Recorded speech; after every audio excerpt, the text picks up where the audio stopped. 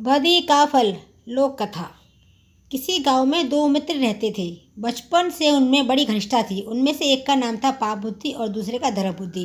पाप बुद्धि पाप के काम करने में हिचकिचाता नहीं था। कोई भी कैसा दिन नहीं जाता था जबकि वह कोई ना कोई पाप न करे। यहाँ तक कि वह अपने सगे संबंध साथ भी बुरा व्यवहार करने में नहीं चूकता था। दूसरा में धर्म बुद्धि बहुत ही अच्छे अच्छे काम किया करता था। वह अपने मित्रों की कठिनाइयों को दूर करने के लिए तन मन धन से पूरा प्रयत्न करता था। वह अपने चरित्र के कारण प्रसिद्ध था। धर्म बुद्धि को अपने बड़े परिवार पालन पोषण करना पड़ता था। वह बड़ी कठिनाई से धन उपार्जन करता था। एक दिन पाप बुद्धि ने धर्म बुद्धि के पास जाकर कहा, मित्र, तूने अब तक किसी दूसरे स्थानों की यात्रा नहीं की, इसलिए तुझे और किसी स्थान की कुछ भी जानकारी नहीं है। जब तेरे बेटे पोते उन स्थानों के बारे में तुझसे पूछेंगे तो तू क्या जवाब देगा? इसलिए मित्र, मैं चाहता हूँ तू मेरे साथ घूमने चल। धर्म बुद्धि ठहरा निष्कपट।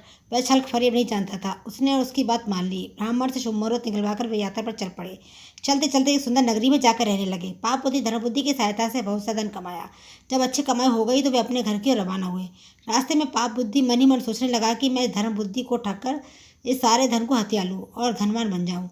इसका उपाय भी उसने खोज लिया। दोनों गांव के निकट पहुंचे। पाप बुद्धि ने धर्म बुद्धि से कहा, मित्र, ये सारा धन गांव में ले जाना ठीक नहीं है।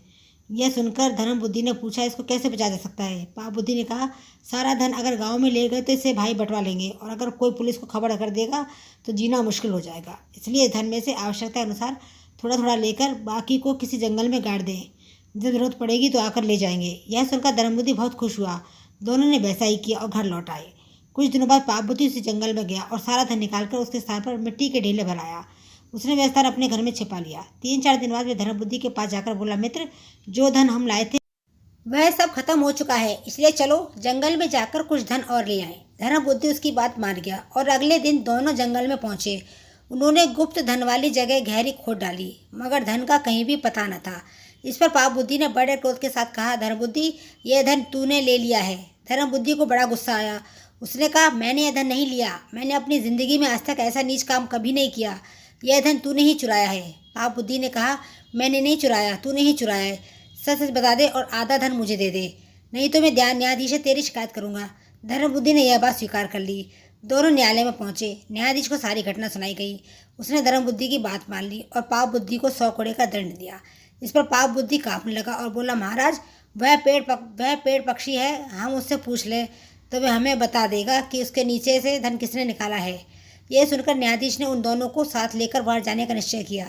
पाप बुद्धि ने कुछ समय के लिए अवकाश मांगा और अपने पिता के पास जाकर बोला, पिताजी, अगर आपको यह धन मेरे प्राण बचाने हो तो आप उस पेड़ की खोकर में बैठ जाएं और न्यायाधीश के पूछने पर चोरी के लिए धर्म बुद्धि का नाम ले दें।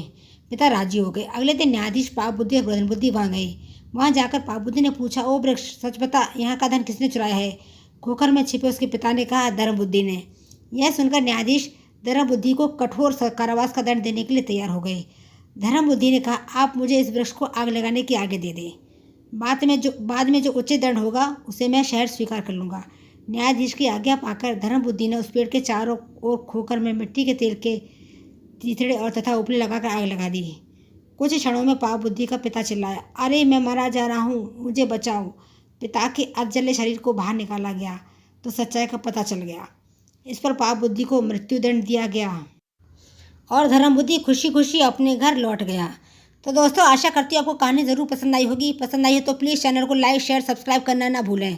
कहानी सुनने के लिए आपका बहुत बहुत धन्यवाद।